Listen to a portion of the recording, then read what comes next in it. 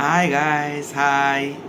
Welcome to RST Talkies. RST டாக்கீஸ்க்கு திரும்ப உங்களை வரவேற்கிறது ஆர்எஸ்டே டாக்கீஸோட ஹீரோ அண்ட் ஆர்எஸ்டே டாக்கீஸோட ஓனரான R Sabarish Jeganathan. Hi guys, hi hi hi hi hi. So guys, sorry guys, ரொம்ப நாளாக நான் என்னுடைய ரெவ்யூவுக்கு வராத ஒரு வேதனை, ஒரு வருத்தம், அதை தெரிவிக்கிறதுக்கு எனக்கு நேரமும் பத்தலை. நேரமும், அதாவது நேரத்தை விட மனசு ரொம்ப நெருடலாகவே இருந்ததுன்னு சொல்லலாம். ரொம்ப கஷ்டமாகவே இருந்த ஒரு மனசு. ஸோ ரிவ்யூவிங் திரும்ப ஸ்டார்ட் பண்ணலாம் அப்படிங்கிற ஒரு விஷயத்த ரொம்ப யோசித்து ஆராய்ஞ்சி பண்ணலாமா வேண்டாமா, வேண்டாமா பண்ணலாமா, பண்ணலாமா வேண்டாமா அப்படிங்கிற மாதிரி பாட்டு தான் பாடலையே தவிர மற்றபடி ரிவ்யூவிங் ஏன் பண்ணலன்னு சொல்லிட்டு எனக்கே மைண்டில் ரொம்ப கேள்விகள் இருந்தது. அந்த கேள்விக்கான பதிலாக சரி, நல்ல படம்னு வந்தால் பார்க்கலாம், தமிழ்நாட்டிலையும் இந்தியாவிலையும் நல்ல படமாக கன்சிடர் பண்ண வேண்டிய படம் அப்படின்னு ஏதாவது ஒன்று இருந்தால் பார்க்கலாம் அப்படின்னு சொல்லிட்டு நானே என்னை ஹோல்டு பண்ணி வச்சுருந்தேன். அண்ட் எனக்கு மனசு ரீதியாக நிறைய காயங்கள், மனசு ரொம்ப கஷ்டமான காயங்கள். அந்த காயத்தை ஓவர் கம் பண்ணுறதுக்கு இந்த ரிவ்யூவிங், இந்த ஸ்கில், எனக்கு ஸ்கில் இருக்குதுன்னு சொல்லி என்னுடைய நண்பர் சொல்லியிருந்தார். அதனுடைய இன்ஸ்பிரேஷனில் தான் நான் இது பண்ணியிருந்தேன். எனக்கு அர்ஜுன் அப்படிங்கிற என்னுடைய நண்பர் நீ ரிவ்யூவிங் பண்ணலான்னு சொல்லி இன்றைக்கி நான் 162 சப்ஸ்கிரைபர்ஸ்க்கு ஓனர். அந்த 162 சப்ஸ்கிரைபர்ஸ்க்கு மிக மிக மிக மிக தேங்க்ஸு. ஸோ நிறைய படங்கள் நான் ரிவ்யூ பண்ணியிருக்கேன். மாவீரன் சொல்லி சிவகார்த்திகேயன் சாரோட படம் ரிவ்யூ பண்ணியிருக்கேன். ஜெயிலர் அப்படின்னு தலைவரோட படம் ரிவ்யூ பண்ணியிருக்கேன். அந்த மாதிரி நிறைய படங்கள் நான் ரிவ்யூ பண்ணியிருக்கேன். இன்ஃபேக்ட் அதோட வீடியோஸ் எல்லாமே திரும்ப ரெட்ரீவ் பண்ண முடியும்னா I will be very happy. So அந்த ஃப்ளோவில் எனக்கு சரி, திரும்ப நம்ம ரிவ்யூவிங் ஸ்டார்ட் பண்ணலாம் அப்படிங்கிறதுக்கு ரொம்ப ஒரு உந்துகோலாக, ரொம்ப ஒரு ஒரு கண்டிப்பாக செய்யணும், திரும்ப நம்ம செய்யலாம், ஏன் செய்யக்கூடாது அப்படிங்கிற ஒரு ரிவ்யூவை ஸ்டார்ட் பண்ண தூண்டின ஒரு நல்ல தமிழ் திரைப்படம் பார்த்தேன். இந்த தமிழ் திரைப்படம் பேர் டூரிஸ்ட் ஃபேமிலி. நான் இப்போ ரீசெண்டாக நடந்த விஷயத்தில் நான் லேர்ன் பண்ண ஒரு விஷயம், எல்லாரும் ஒரு ஏற்றுக்கிற தன்மை அப்படிங்கிறது பொதுவாக மனுஷங்க கிட்ட இப்போ ரொம்ப குறைவாக வருது. அதுக்கு பல காரணங்கள் சொல்கிறாங்க. பட் பல காரணங்களை தாண்டி ஏற்றுக்கிற தன்மையை, ஏற்றுக்கிற பக்குவத்தை வளர்த்துக்க வேண்டும் அப்படிங்கிற ஒரு விஷயத்த நான் எப்படி ஹேண்டில் பண்ணுறது, எப்படி என்னை கன்சீவ் பண்ணிக்கிறது, எப்படி நான் என்னை கன்வின்ஸ் பண்ணிக்கிறது அப்படின்னு கஷ்டமாக இருந்தபோது இந்த படம் பார்த்தேன், டூரிஸ்ட் ஃபேமிலி அப்படின்னு.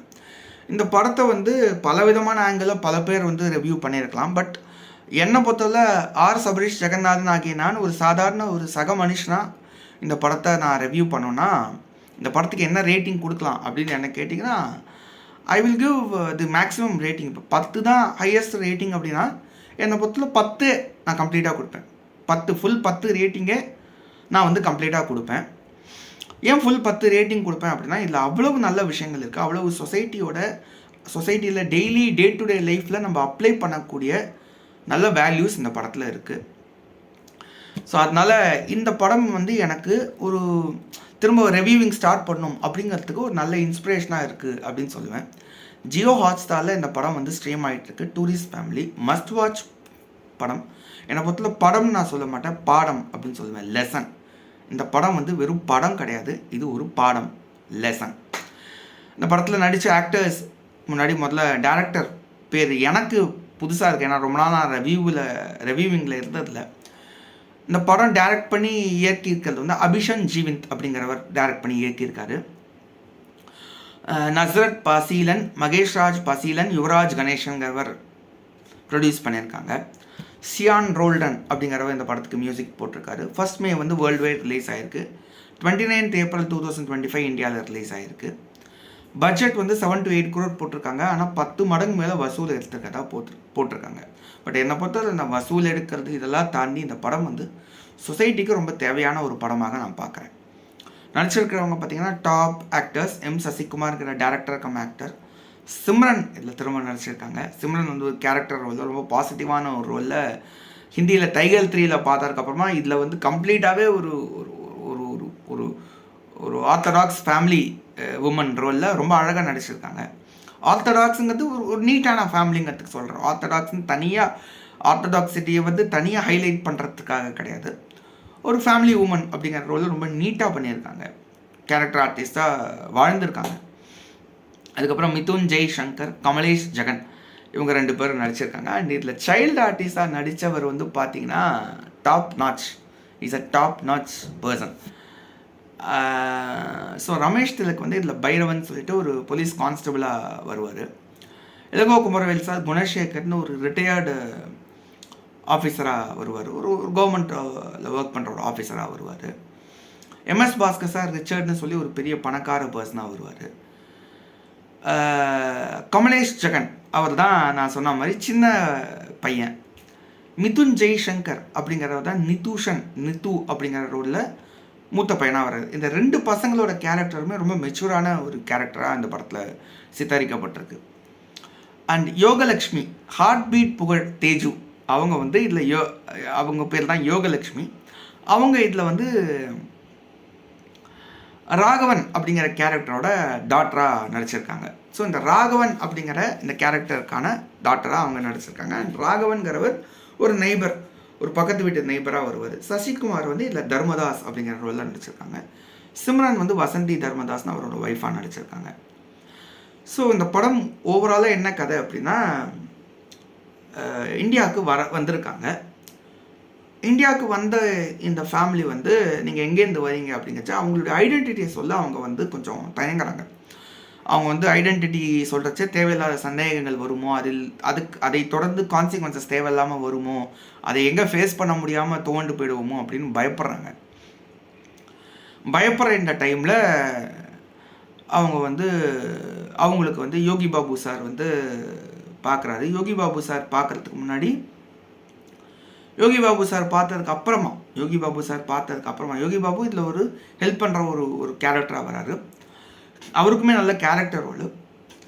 அவர் பார்த்ததுக்கு அப்புறமா ஒரு போலீஸ் கான்ஸ்டபிளாக ரமேஷ் திலக் அவர் வந்து பார்க்குறாங்க. என்ன ஏதுன்னு விசாரிக்கிறச்ச அவங்க சொல்கிற விஷயங்களை வச்சு ஓகே, சந்தேகத்துக்குரிய விஷயங்கள் எதுவும் இல்லை, ட்ரஸ்ட்வர்த்தியான பீப்புளாக தான் தெரியுறாங்க பார்த்தா அப்படின்னு சொல்லிட்டு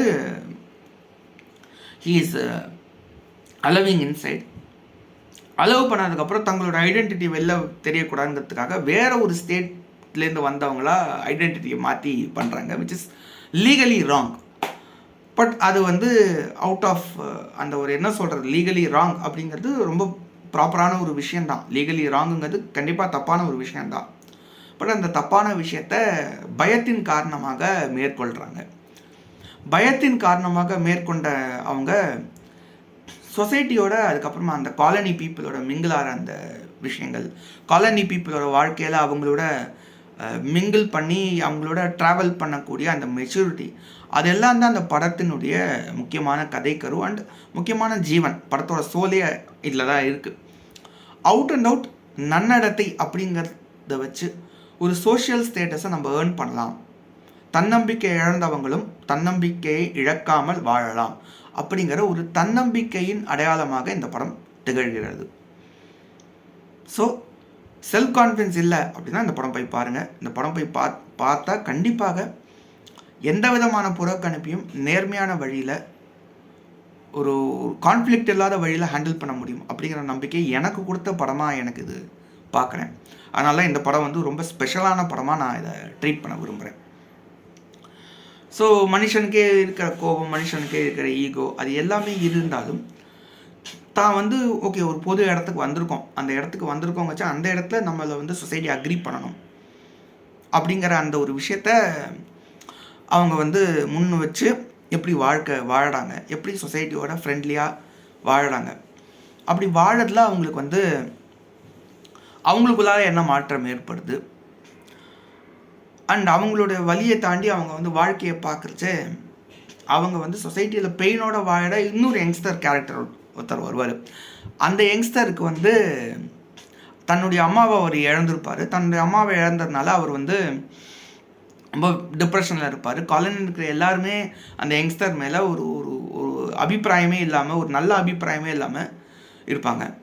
அந்த டைமில் இவர் வந்து சாப்பிட்டியாப்பா அப்படின்னு இந்த மெயின் கேரக்டர் சசிகுமார் சார் நடித்த அந்த மெயின் கேரக்டர் தர்மதாஸுங்கிற அந்த பேருக்கு ஏற்ற மாதிரியே சாப்பிட்டியாப்பா அப்படின்னு அந்த மேர்சியோடு கேட்குற அந்த கேரக்டர், அது வந்து it gives a joy and confidence for the later. அந்த இன்னொரு யங்ஸ்டருக்கு ஒரு he gets the joy, he gets the confidence that he too can be respectable in a society and he too can earn a living which is respectable in nature.